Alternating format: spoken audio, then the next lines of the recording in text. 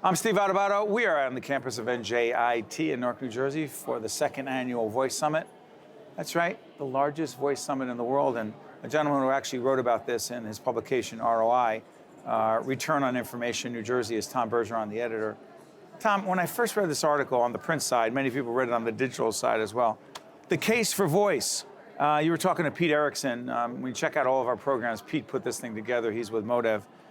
5,000 attendees here, 1,000 students attending on scholarship, 400 speakers and panelists, 250 programs and panels, 125 sponsors, 25 countries represented. It goes on and on. How big a deal is this? This is a huge deal. It's a huge deal for Newark. It's a huge deal for New Jersey. You can't underestimate how important this is and what it's become in just its second year. What could it mean? Break it down. Well, I'll give you 3 examples of why it's good. They talk about last year. Every hotel in the city sold out. $5 million of economic impact. Now, I don't know how you measure economic impact, but I know when every hotel is sold, you got a lot of people here going to restaurants, going to bars, Ubers, whatever it is, it's bringing it here. Yep. That was last year. This year is doubled in size. Next year could easily be doubled in size to that. So you have those numbers right there. Then you have number 2. I'm at a table down there listening to the keynote today this morning. The woman next to me is Isbitski? Isbitski, yes, who happens to be an NJIT grad, yep. Right? Went to school in Newark. Who's at my table? 2 people from Australia. Okay, so tell me one other event this century that's going to get 2 people from Australia to come to Australia. But why does that matter, that people from around the world come here? Here's why it matters, because they don't know Newark. They know what they see today, what they see this week. So if I'm an Australian company, or I'm a German company, or I'm a company from anywhere in the Soviet, Russia, anywhere, it doesn't matter where you're coming from, this is your first look at Newark. And all you're saying is, this is pretty cool. This is a high-tech city. First impressions matter. First impressions matter a lot, right? So they come in, they see all of the technology you have in here, the high-speed internet you have here. That's fantastic. And what do? They bring it all back. So every company in the world needs to have a presence in New York. As far as they know, Newark is New York, and it's 10 cents on the dollar, right? When you talk about all the savings. Right. So all of these companies are going back to where they were from, and they're talking up Newark. So that's great for the city.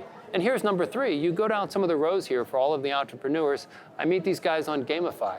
2 kids from Newark, right? You shouldn't say kids, they're 30 entrepreneurs, right? They've done some apps, they decided to get into voice. So they came up with this really cool product where if you're a gamer, you can clip your clip or whatever you want to do, send it out on social media. That all happened in Newark. So when you talk about the 1,000 kids that are here, most of these kids are Newark or Essex County kids. So what are we doing? What is this event doing? Creating the all next kinds generation. of opportunities for people to go into a field that they didn't even know existed. Right. You want to talk about economic opportunity 5 years, 10 years, 20 years down the line? I was here yesterday. You had 3rd graders from Newark walking around here learning about at the Voice Summit. At the Voice Summit. Public school kids. There's no other public school in city in the country where 500 kids, 1,000 kids came in and learned about voice. Let me ask you, for ROI, for your publication, by the way, check out our website. We're media partners with ROI. Deciding to cover an event like this and putting it on the front page, voice activated, and then you got 2 articles here. One about the Voice Summit and also about the connection to NJIT and what it means. Right. And to disclose again, NJIT is one of our higher education media partners. I just want to put that out there. How do you actually make a decision, A, to cover it, and B, how do you cover it because it's so big? It's so big, it's so broad, and how does it affect New Jersey business, right? So we do 2 ways. We found about it last year. We came last year. We said, if a major international event, business event, is going to come to Newark, we're going to cover it because that's the kind of stuff that we do. Now, how do we find a way to cover it where we talked to someone yesterday, I talked to someone at Realogy, right? Realogy, a real estate company, okay. Right? Madison, right? Huge company. What do they have to do with voice? I'm wondering, why are they here? They're here because they got into voice about 6 months ago.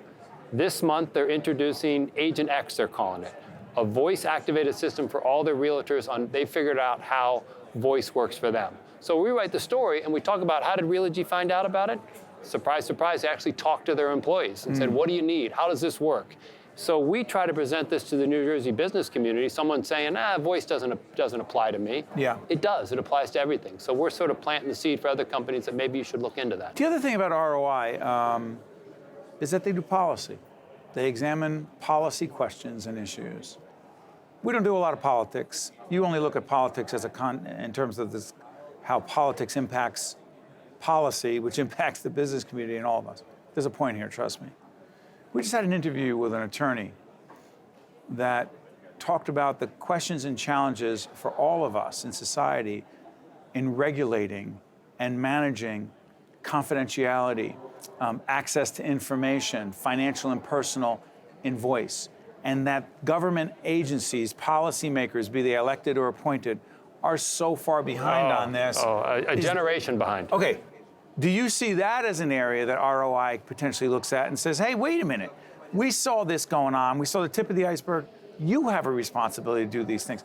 But do they even know what that means? They don't Excuse me, what's the committee in the state legislature or in the United States Congress that would be prepared to, loaded question I know, examine these issues? They couldn't examine Facebook when they had the chance. They were unfamiliar with that, right? So how are they going to do some of this technology, which is all 6 months, 12 months, 18 months old, right? So that's a nice challenge for Frank and the guys at Gibbons on how do you get ahead Frank of all Canone that. is who you're talking about. Check out that conversation. Is it part of your job to put pressure on these officials to get into this space and deal with it? I wouldn't use the word pressure. I would use the word we want to bring it to light. We want to let them know that it's out there. We want to let them know the issues that people are facing, whether it's regulatory issues. When you get into economic development, you can talk about incentive issues, and let's not go to the incentive game. You can talk about all of the different rules and regulations they would have on high-speed fiber and how it works, this and that, and show how this will impact whether these companies that we're talking about are going to come to New Jersey and come to Newark. What do we have that works and doesn't work? So our job will be just to shed light on it. Final question. So there are folks who say, well, your publication, what we do in public broadcasting and all of our other platforms on FiOS and the NPR systems who carry us as well as our friends at AM 970 in New York. Yeah, well, that's for a bunch of insiders. That's for people who follow politics and government and business, and that's not the average person.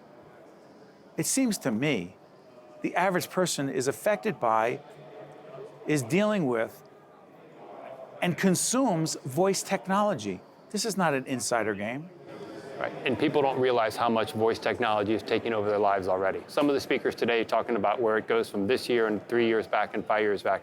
You don't understand how much you do it. But once you start doing it and you start seeing how helpful it is and how conversational and how natural it is, more and more companies are coming into it, and more consumers are going to see it in their daily life, whether they realize it first or not. Right now, it might just be setting their thermostat, right? Or getting a drink of water and making sure that, or telling someone to start the coffee maker.